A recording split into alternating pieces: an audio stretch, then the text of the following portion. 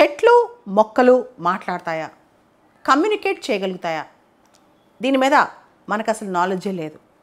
రీసెంట్గా Israeli researchers Tel Aviv యూనివర్సిటీకి సంబంధించిన వాళ్ళు మొక్కలకి కమ్యూనికేషన్ శక్తి ఉందని, ఎకాస్టిక్ కమ్యూనికేషన్ చేయగలవని చెప్పి ఒక నిర్ధారణకు వచ్చారు. దీనికి సంబంధించి ఒక రీసెర్చే చేశారు. ప్రత్యేకంగా ప్లాంట్స్ ఏవైతే ఉంటాయో అవి ఇన్సెక్ట్స్తో, ఇతర జీవులతో కమ్యూనికేట్ చేస్తాయంట. అల్ట్రాసౌండ్ కమ్యూనికేషన్స్ కూడా చేస్తాయంట. అది మనుషులకు అర్థం కావు, మనుషుల చెవులకు వినపడవు, కానీ ఆ కమ్యూనికేషన్ చాలా న్యాచురల్గా జరిగిపోతుంటుందంట. దీనికి సంబంధించి ఒక అద్భుతమైన రీసెర్చ్ చేశారు టమాటా మొక్కల మీద. టమాటా మొక్కలు ఏవైతే ఉన్నాయో, ఒక టమాటా మొక్క బాగా డీహైడ్రేట్ అయిపోయింది, వాటర్ లేవు, స్ట్రెస్లో ఉంది. దానిలోంచి ఒక అల్ట్రాసౌండ్ నాయిస్ వినిపిస్తుందంట ఇన్సెక్ట్స్కి.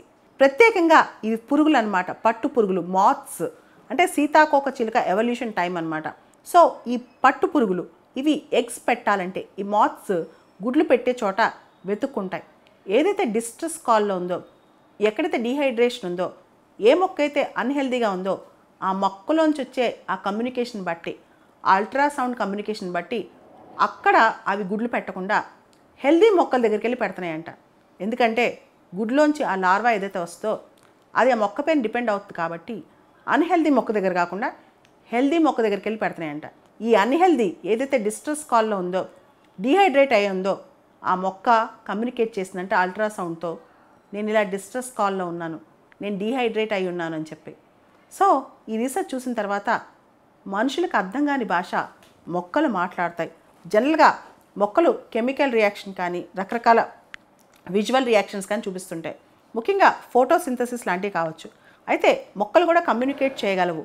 ముఖ్యంగా ఈ మాత్స్, పట్టు పురుగులు ఏవైతే ఉన్నాయో బాగా డిస్ట్రెస్లో ఉన్న టొమాటో ప్లాంట్స్ దగ్గర పెట్టకుండా హెల్దీగా ఉన్న ప్లాంట్స్ దగ్గర పెట్టాయంట. మొక్కల్లోంచి వచ్చే సౌండ్స్ బట్టి, మనుషులకు వినిపించవు ఆ సౌండ్స్ అనమాట, ఆ సౌండ్స్ బట్టి రకరకాల ఇన్సెక్ట్స్ కానీ జీవులు కానీ రకరకాలుగా రెస్పాండ్ అవుతూ ఉంటాయంట. దాంతోపాటు ప్లాంట్స్కి ఎమోషన్స్ ఉండవు. చాలామంది అనుకుంటారు మొక్కలు ఏడుస్తాయా, మొక్కలకు మనసు ఉంటుందా అని. Plants are not sentient beings. వాటికి మనలాగా ఎమోషన్స్ ఉండవు, ఫీలింగ్స్ ఉండవు, కానీ అవి కూడా కమ్యూనికేట్ చేయగలవంట. ముఖ్యంగా దాని మెకానిజం ఆఫ్ కమ్యూనికేషన్ అనేది రకరకాల సౌండ్స్ ద్వారా, ఆ సౌండ్స్ కొన్ని ఇన్సెక్ట్స్కి మాత్రం వినిపించగలవంట.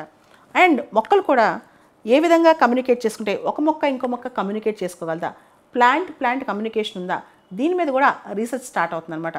ఇవే కాదు, ఎదిగే కొద్దికి మొక్కల్లో కూడా కొన్ని కెపాసిటీస్ డెవలప్ అవుతాయి, ఆటోమేటిక్గా కొన్ని స్కిల్స్ డెవలప్ అవుతాయంట.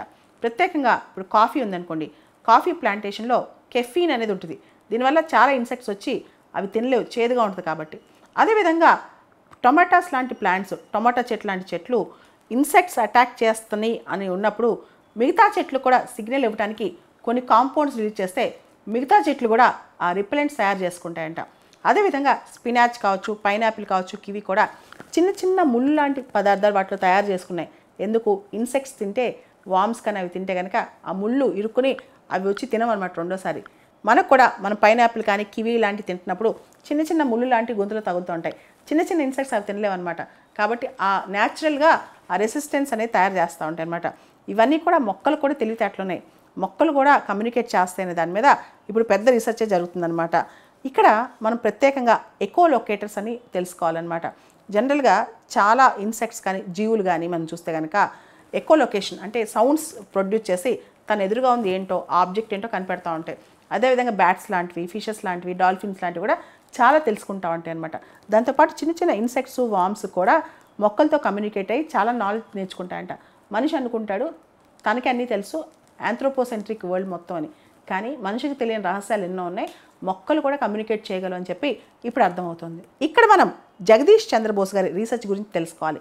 మొక్కలకు కూడా లైఫ్ ఉంటుందని చెప్పిన వ్యక్తి ఆయన. మొక్కల యొక్క లైఫ్ స్పాన్ కనిపెట్టడానికి క్రెస్కోగ్రాఫ్ అనే ఇన్స్ట్రుమెంట్ కూడా ఆయన తీసుకొచ్చారు.